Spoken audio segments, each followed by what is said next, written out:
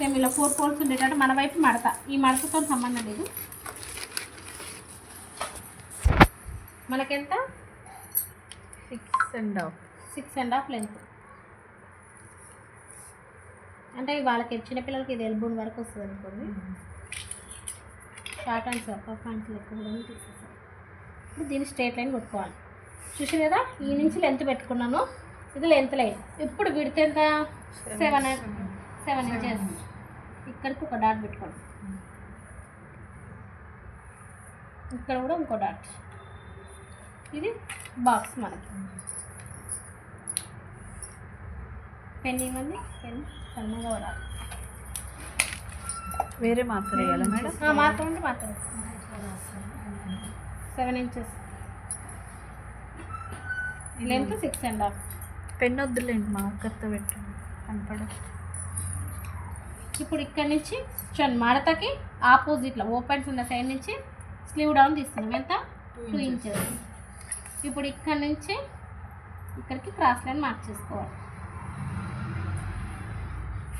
చూసారు కదా, ఇప్పుడు ఇది ఎంత ఉందో కొలవాలి. క్రాస్ లైన్ చెప్పాను కదా, మీరు కరెక్ట్ మార్క్ చేసుకుంటే ఈ స్లీవ్ రౌండ్ ఎంత తీసుకున్నామో దానికి 1/2 ఇంచ్ ఎక్స్ట్రా వస్తుంది, గుర్తుపెట్టుకోండి. ఒకవేళ 10 వచ్చింది అనుకోండి, స్లీవ్ రౌండ్ 10.5 వస్తుంది ఈ లైన్. ఎప్పుడైనా 1/2 ఇంచ్ వెళ్తుంది. ఇప్పుడు 7.5లో సగం 3 ఇంచెస్ మీద 3/4 మీకు తెలుస్తలేదు అంటే ఇప్పుడు 7.5 వచ్చింది కదా, ఈ 7.5కి ఇలా పట్టుకోండి. ఇలా పట్టుకుంటే ఎక్కడ ఫోల్డ్ అవుతుందో చూసుకోండి, ఇక్కడ.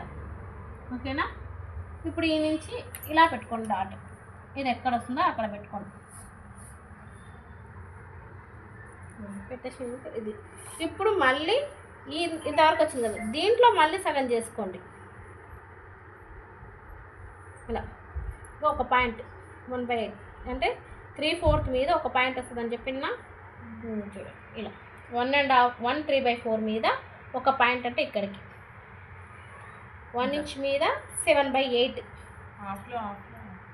7/8 అంటే ఇక్కడికి హాఫ్లో హాఫ్ అంటే ఈ మిడ్ పాయింట్లో మళ్ళీ సగం అన్నట్టు గుర్తుపెట్టుకోండి. తర్వాత మళ్ళీ 1 ఇంచ్ మీద 7/8. ఇప్పుడు దీని మీద పావించు కరెక్ట్ ఈ డాట్ తీసుకున్నాం కదా, ఈ డాట్ మీద పావించు. మళ్ళీ కిందకి ఆర్మ్ హోల్ సైడ్ 1/2 ఇంచ్. చూడండి, ఇది ఒకవేళ ఉల్టా పెడితే రాంగ్ అవుతుంది. మడత దగ్గర ఉన్నది హైట్ కొంచెమే పావించు. ఇక్కడ స్లీవ్ డౌన్ ఓపెన్స్ ఉన్న సైడ్ నుంచి 1/2 ఇంచ్ గుర్తుపెట్టుకోండి. ఇది జీ అనుకోండి, ఇది G1 పాయింట్ అనుకోండి, ఇది H1, ఇది F, ఇది ఈ పాయింట్. ఇప్పుడు ఫ్రంట్ కట్ చూడండి, ఇంకా మళ్ళీ ఫ్రంట్ డాట్ పెట్టొద్దు. ఇది ఫస్ట్ బ్యాక్ తీస్తున్నాం కనుక ఇగో ఇక్కడ సెంటర్ ఏ పాయింట్, ఇది G1 F, ఈ 3 పాయింట్లను కలుపుతూ కర్వ్ షేప్ లైన్ తీసుకోవాలి.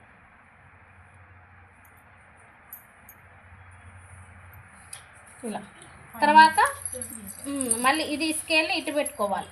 చూడండి, స్కేల్ పెట్టేటప్పుడు 1/2 ఇంచ్ కలుపుతూ మనం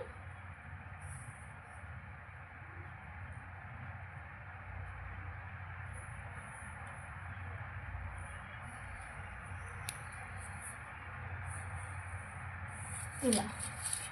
నెక్స్ట్ ఇక్కడ నుంచి 1/2 ఇంచ్ పైన తీసుకోండి.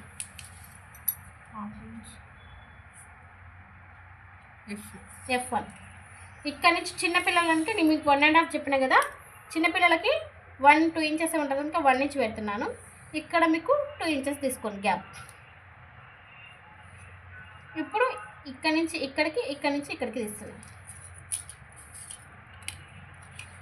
మళ్ళీ స్కేల్ చూడండి, సేమ్ ఇదే ప్రాసెస్లా ఈ కిందకు ఉండాలి, లేదా ఇది గుర్తు పెట్టుకోండి మీరు, ఇది ఇట్లా పెట్టాలని స్కేల్. దీన్ని ఏమంటారు కదా, అయ్యత్వం తెలుసు కదా, అలా గుర్తుపెట్టుకోండి. ఎందుకంటే ఇది రౌండ్ షేప్ స్కేల్కి, ఇది మళ్ళీ స్కేల్కి ఇట్లా, ఇది వస్తే మీకు ఆటోమేటిక్గా షేప్ వస్తుంది. ఇప్పుడు చూడండి, ఇక్కడ నుంచి ఇక్కడ వరకు F1 ఇక్కడ వరకు కొట్టుకోండి మీరు. తర్వాత మళ్ళీ ఇక్కడ వరకే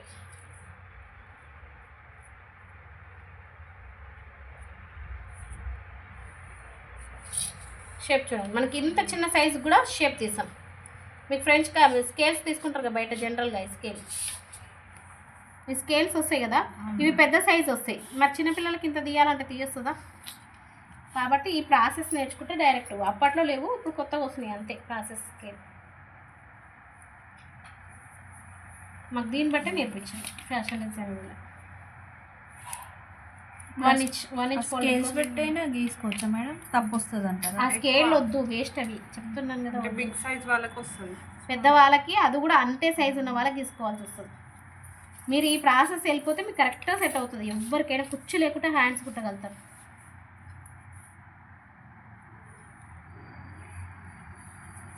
కింద మీకు 1/2 ఇంచ్ ఎక్స్ట్రా. ఇప్పుడు చూడండి కట్ చేసి చూపిస్తాను. సిజరీన్